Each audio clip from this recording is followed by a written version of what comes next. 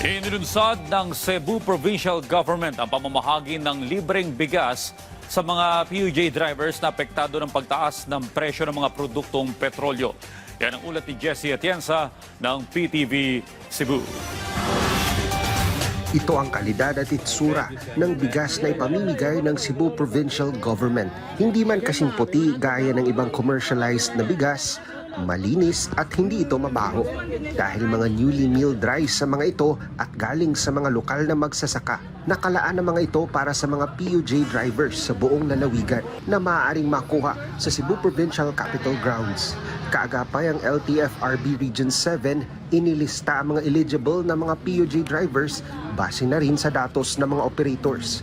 Pati mga konduktor, maaari ding makakuha ng tig 10 kilong bigas. We're doing it first 10 kilos. Okay, kung i-1 sack of rice, that might cost a lot. So it's on a 10 kilos basis. If requires beginning second round, depends on the circumstances now, then we'll do it. We are allotting for this rice provision program around 150 million.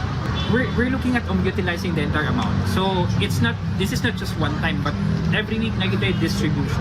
Kabilang sa mga PUJ drivers na unang nakakuha ng 10 kilong bigas ay si Ramil Linyoza.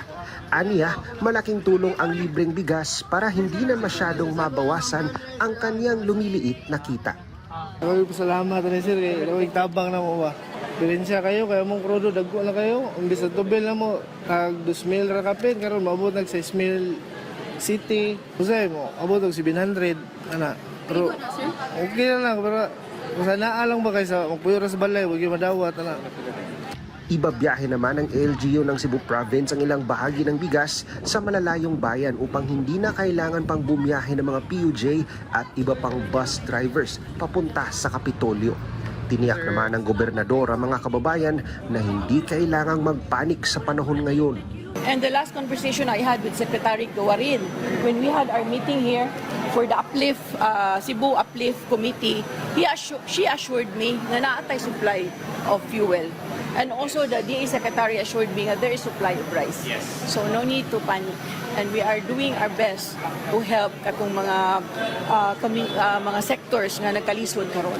Dagdag ng gobernador, may paparating pa na karagdagang bigas sa lalawigan, kaagapay ang national government. Mula sa PTV Cebu, Jessie Atienza para sa Pambansang TV sa Bagong Pilipinas.